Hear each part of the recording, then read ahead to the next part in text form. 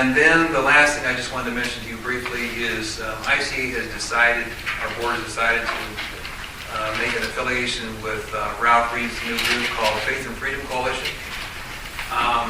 It's a little bit different than the old Christian Coalition was, which we broke away from several years ago.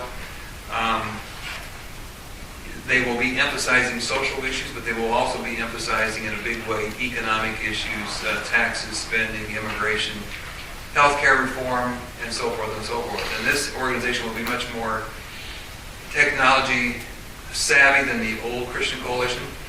And one of the things that they'll be doing down the road that we hope to dovetail into is they are going to be compiling a database of voters on a wide range of issues. And then what they did as an example in Virginia and New Jersey is they did up to 5 voter contacts in these like-minded voters' households.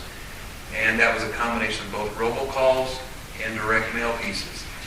And our voter guide project has been a good project over the years, but I would be naive to think that maybe it was effective as it was 5 or 6 years ago, especially with people voting earlier and earlier, and also with people needing more and more contact. The bottom line is campaigns have become very sophisticated. I can remember back in the early, mid-'70s when a legislative race maybe cost $3,000 or $4,000 at the most. And now $2,000 for the House, 5 for the Senate, 72. Yeah, now we're talking about some of these competitive races, $200,000 plus, for a job that pays $25,000 plus the minimal expenses. But again, they decide public policy, so that's why they become very competitive.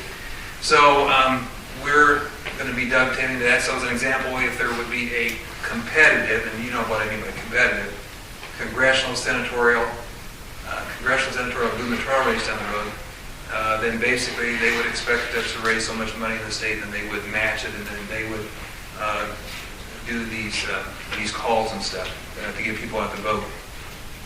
So, and then the other thing is we'll be working on trying to find volunteers in competitive legislative districts to get out the pro-family vote and everything. So a lot of exciting things going on, and we know our country's a mess, and little did most of us think that we thought that Bill Clinton would look like a Sunday school picnic compared to what we have now. Not that he was, but comparatively. And, the Republican National Committee, of which I'm a part, we passed 3 resolutions a year ago, January, that at the time were quite controversial. One's called the March